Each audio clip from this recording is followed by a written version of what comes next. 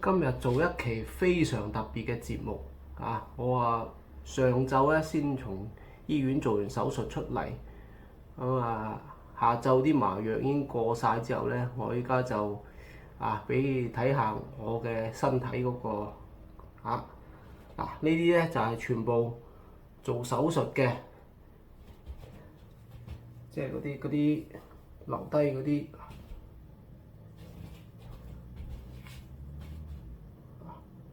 我今日總共係捱咗12刀嘅，咁我坐低落嚟，我再慢慢講下呢20幾年嚟我喺中國喺澳洲經歷嘅嗰個醫療嘅心路歷程啊。好，咁我講下啦。2003年嗰陣咧，我雙側鼻息肉切除喺廣州嘅廣醫醫院咧，自費8000蚊。自從嗰次切除咗個鼻息肉之後咧，我啲嗅覺咧就遲鈍晒。人哋聞到煤氣味咧，我搞成分鐘之後先聞到啊，即係慢成半拍嘅。佢嗰陣咧做手術嗰啲麻藥咧，幫我開到最大，搞到我咧醒嚟之後咧天旋地轉。醫生術前咧又冇告知我術後有咩不良反應喎，結果我醒咗之後我唞唔到氣啊，我感覺呼吸好困難。原來咧佢喺我嗰個鼻哥入邊塞咗2條好長嘅紗布，咁我梗係唞唔到氣啦，佢又唔同我講。跟住咧2007年就又腹股溝疝氣。我咧就喺廣州市一醫院咧自費咗15000蚊。術前咧就要做腰椎穿刺，我攞住嗰啲超長嗰啲又長又粗嗰啲針筒咧，幫我做腰椎穿刺咧，佢就篤落我嗰個背脊嗰度啊。所以嗰啲如果係嗰啲有重大疾病嗰啲小朋友咧，哇真係仆街啊，喊到啊！嗰一針打完之後啊，自此咧我條腰咧就直唔起身嘅，我就寒背啊，成個人都寒咗背。因為一直起身咧，條腰啊痛噶啦，嗰個脊椎嗰度。佢又係將嗰啲麻藥咧就開到最大嘅，搞到我又係天旋地轉，仲要係點咧？幫我上埋呼吸機啊！咁你上呼吸機嗰個又賺我一筆啊！2次收割病人跟住啦，2009年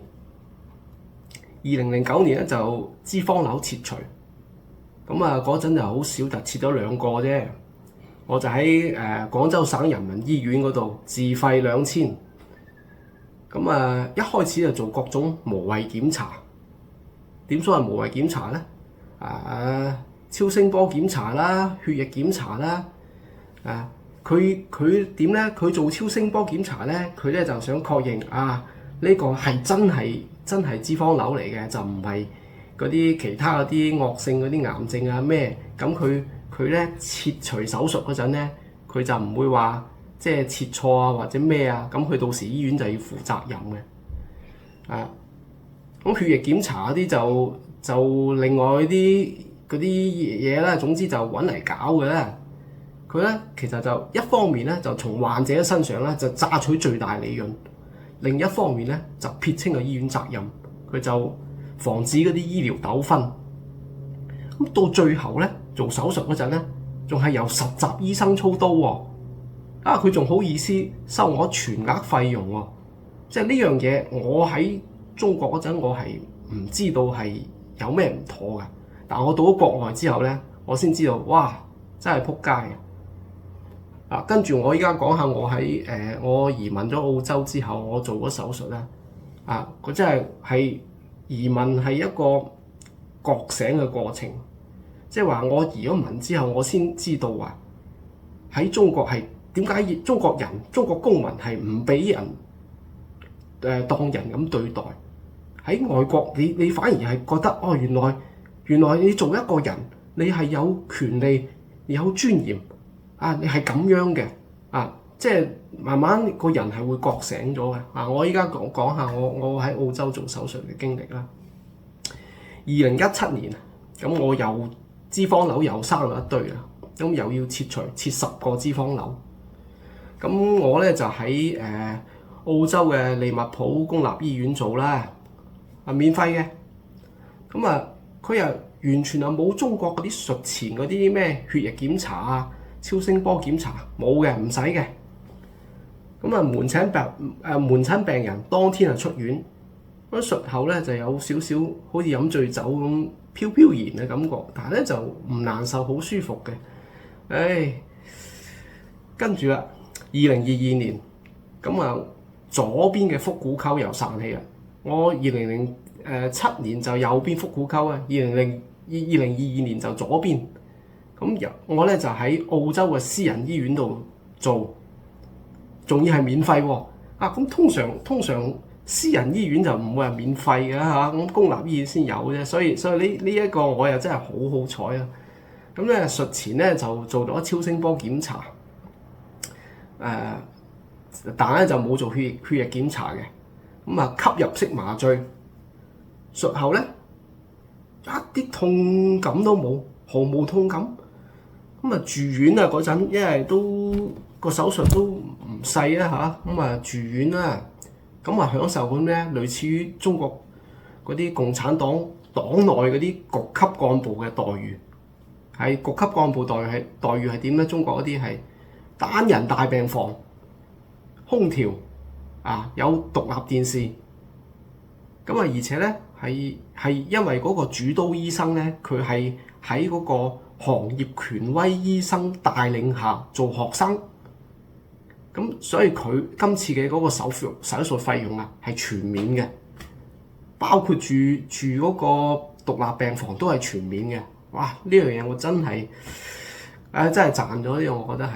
好啦，跟住咧就係今日啦，2026年。今次又係做脂肪瘤切除，今次切成15個都有啊！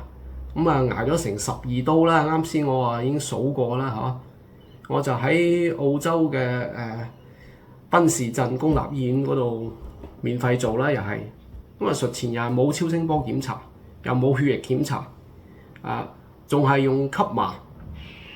術後咧就有輕微酒醉感咯，又係又係下晝中午就出咗院啦。即係你睇對比下喺廣州嘅醫療同埋喺澳洲嘅醫療，所以我話你喺中國病你如果唔係做到嗰啲咩副部級嗰啲共產黨幹部你人都係死得快嘅。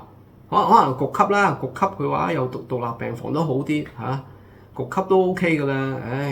但係真係總體嚟講，你大部分人中國人你喺中國病親你就死得快呢個就係我嘅親歷嘅意見啦，就係供參考嘅啫嚇。